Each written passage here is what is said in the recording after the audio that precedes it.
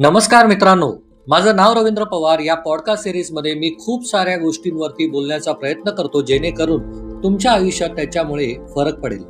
मी या पॉडकास्ट सिरीजमध्ये मित्रांनो money mindset, power habits, salary growth knowledge, motivational and inspirational stories, productivity, time management आणि human behaviour या सर्व गोष्टींवरती बोलण्याचा प्रयत्न करतो. दर बुधवारी एक नवीन एपिसोड ऐकण्यासाठी आपल्या चॅनलला नक्की सबस्क्राईब करा.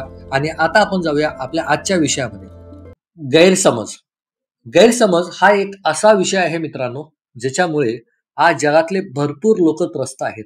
लोकांना असं वाटतं की मी भरपूर वेळेला एखादी गोष्ट सांगण्याचा प्रयत्न करतो, पण ती गोष्ट समोरचा व्यक्ती वेगळ्या अँगलनी किंवा वेगळ्या पद्धतीने विचार करतोय, किंवा लोकांना असं वाटतं की मी जे सांगायचा प्रयत्न करतोय लोक त्याचा गाभा सोडून काहीतरी वेगळाच अर्थ काढताय, वेगळाच शब्दाला अर्थ देत आहे, आणि त्यामुळे भरपूर वाद होतात, विवाद होतात, गैरसमज होतात, आणि भरपूर वेळेला त्या गोष्टींमुळे लोक एकमेकांपासून दूर जातात. लक्षात घ्या मित्रांनो, जोपर्यंत तुम्ही गैरसमज या विषयाला खूप बारकाईने समजून घेत नाही तोपर्यंत तुमच्या आयुष्यामध्ये आर्थिक, फायनान्शियल, मानसिक ही वाढ ही संभव नसते. आजच्या या पॉडकास्टमध्ये मी तुम्हाला गैरसमज म्हणजे काय, गैरसमज कशामुळे होतात, त्याचे 6 प्रकार कोणते, आणि गैरसमज टाळण्यासाठी अशा कोणत्या 5 गोष्टी करायच्या त्याबद्दल मी तुम्हाला मार्गदर्शन करणार. सर्वात प्रथम आपण समजून घेऊया गैरसमज म्हणजे काय.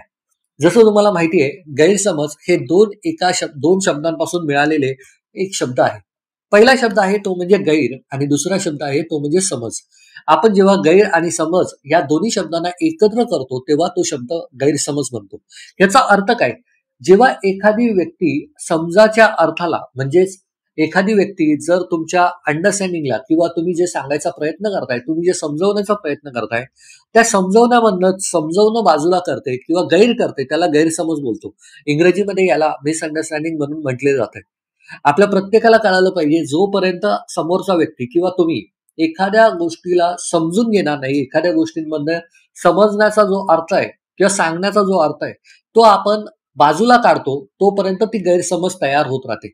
आणि आज आपल्या प्रत्येकाला कळायला पाहिजे, आपल्या प्रत्येकाला कोणत्याही गोष्टीमध्ये समज हा बाजूला काढून आपल्याला वागायचं नाहीये. आपल्या प्रत्येकाला नेहमी विचार करायचा आहे की कोणीही काहीही सांगत असेल तर तो व्यक्ती काय सांगतोय हे समजून घेण्यापेक्षा तो व्यक्ती किती क्लिअरली सांगण्याचा प्रयत्न करतोय, माझ्या मनात येणारे प्रश्न कोणते आहेत, माझ्या मनात येणारे डाऊट कोणते आहेत, हे जितक्या लवकर तुम्ही क्लिअर कराल तितक्या लवकर तुमच्या प्रोसेसमध्ये तुम्ही गैरसमजाला तुम्ही दूर कराल, तुमच्या थॉट प्रोसेस मधनं.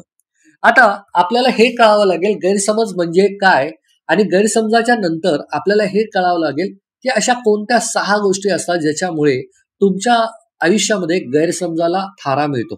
बघा, सर्वात प्रथम गैरसमज आपल्या मानवीय भाषेमध्ये होतात किंवा आपल्या ह्युमन बिंग मध्ये आपण डील करतो. ते का डील करतो? सर्वात प्रथम होतं ते म्हणजे लँग्वेज, भाषा. भरपूर वेळेला आपण वेगवेगळ्या भाषांमधनं एकमेकांबरोबर संवाद साधत असतो. काही लोक इंग्रजीमध्ये कम्फर्टेबल आहेत, काही लोक मराठीमध्ये, काही लोक अजून कोणत्या रिजनल लँग्वेजेसमध्ये. भरपूर वेळेला तुम्ही जी भाषा सांगण्याचा प्रयत्न करताय आणि समोरचा माणूस ज्या भाषेमध्ये निपुण आहे, ह्या मधला जर फरक असेल तर त्याला गैरसमज निर्माण होतात. उदाहरण द्यायचं झालं तर समजा तुम्ही मराठी भाषेत बोलताय आणि समोरच्या व्यक्तीला मराठी भाषा येत नाहीये, राईट? तर भरपूर वेळेला काय होतं, तुम्ही जे सांगण्याचा प्रयत्न करतोय तो त्याच्या मेंदूमध्ये प्रोसेस करण्याचा प्रयत्न करतो आणि तो त्यातनं अर्थ काढण्याचा प्रयत्न करतो. म्हणजेच काय, समोरच्या माणसाला जर तुमची गोष्ट 20% कळाली असेल तर तो त्याच्या हिसाबाने अर्थ लावण्याचा प्रयत्न करणार.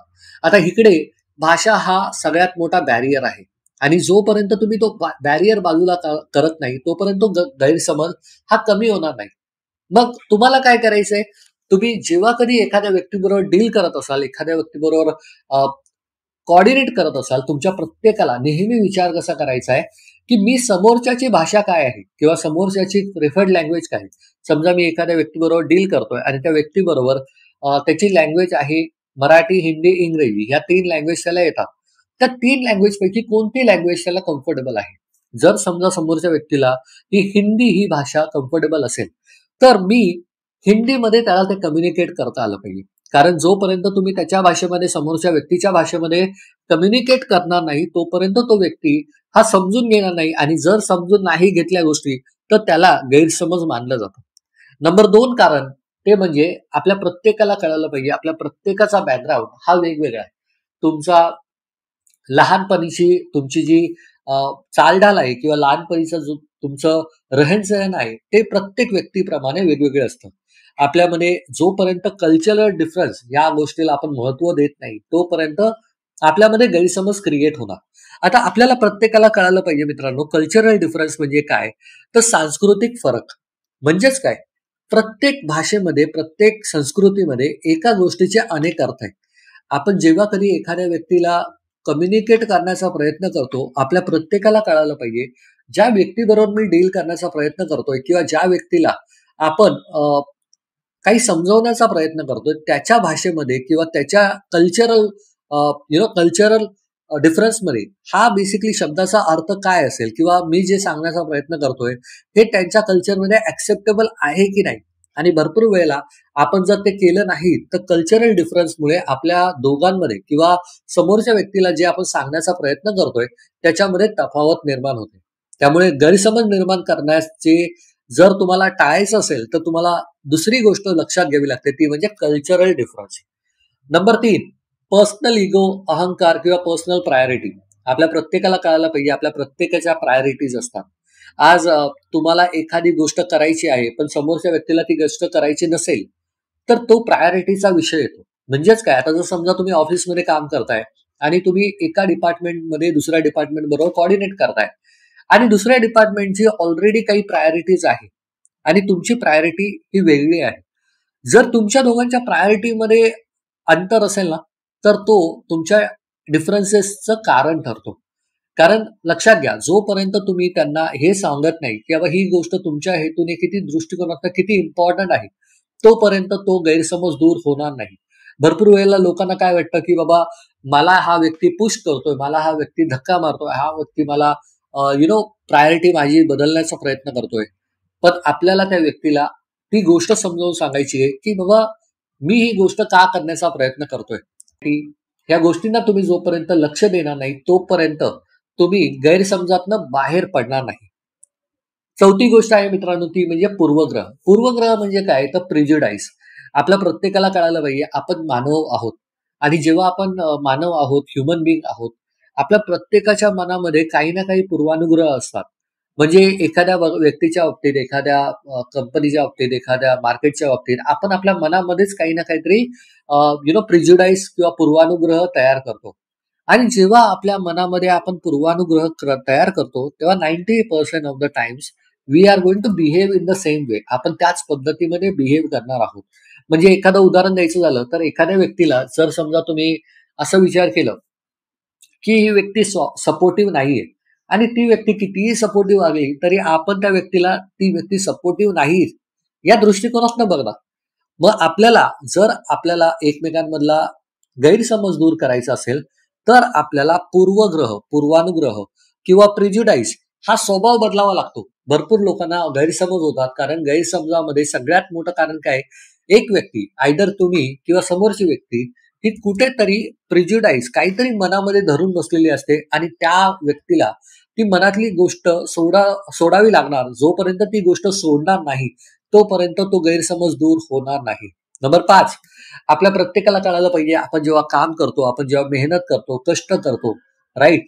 आपण जेव्हा एखाद्या गोष्टीमध्ये काम करण्याचा प्रयत्न करतो, तेव्हा आपण what we are doing in to a corporate, आपण एकमेकांना माहिती शेअर करण्याचा प्रयत्न करतो. साधं उदाहरण देतो. तुम्ही जर समजा तुमच्या बॉस बरोबर डील करताय आणि तुमचा बॉस हा तुम्हाला तुम्ही बॉसला रिपोर्टिंग करताय आणि समजा तुमच्या बॉसला तुम्ही काम करत असताना तुम्ही अपूर्ण माहिती दिली आणि त्यांच्या बॉसनी त्यांना येऊन फायरिंग केली किंवा त्यांच्या बॉसनी त्यांना खूप कानउघडणी केली आणि तुमच्या बॉसला काय वाटेल, की तुम्ही त्यांना पूर्ण माहिती दिलेली नाहीये.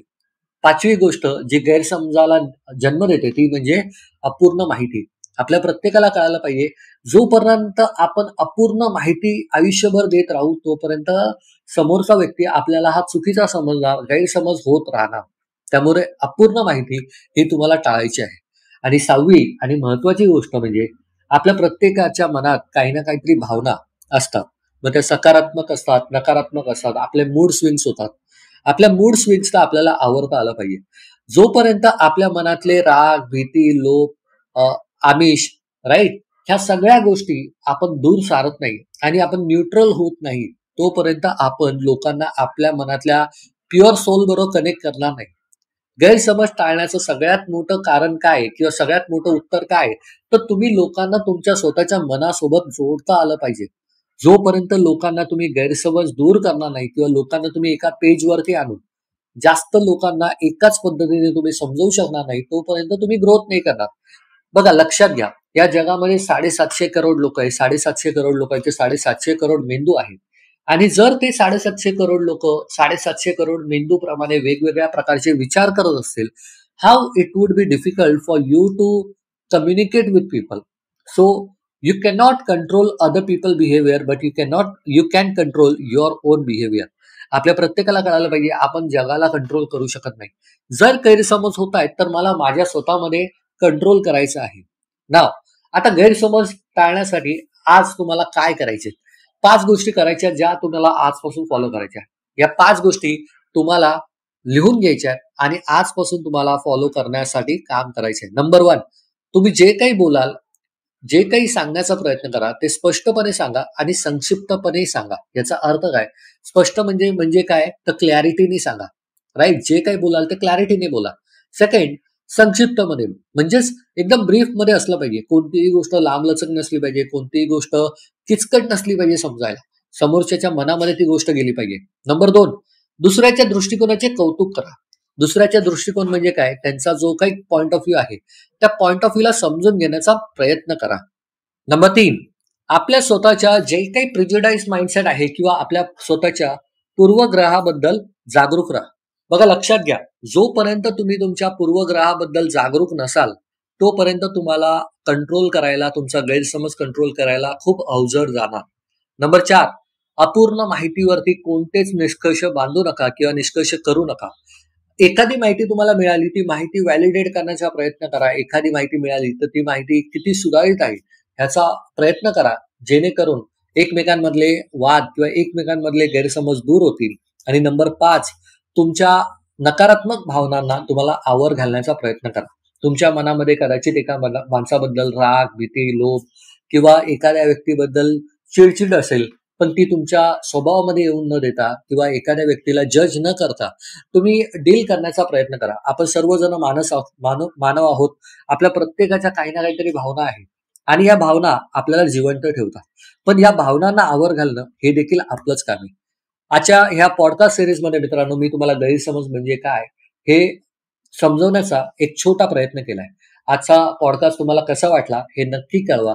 आजच्या पॉडकास्टच्या खाली तुमचे कमेंट शेअर करायला विसरू नका, जेणेकरून मला कळेल तुम्हाला आजचा पॉडकास्ट कसा वाटलाय. आणि तुम्हाला जर वाटतंय की एखादा पॉडकास्ट तुम्हाला कोणत्या तरी दुसऱ्या विषयावरती हवाय तर नक्की शेअर करा त्या पॉडकास्टचा टॉपिक, आणि नक्की पुढच्या बुधवारी तुम्हाला तो पॉडकास्टचा विषय हा नक्कीच बघायला मिळेल. ओके, तुर्तास मी तुमची रजा घेतो मित्रांनो. आतापर्यंत चॅनलला सबस्क्राईब केलं नसेल तर लाईक करा, शेअर करा आणि सबस्क्राईब करा. धन्यवाद. जय हिंद, जय महाराष्ट्र.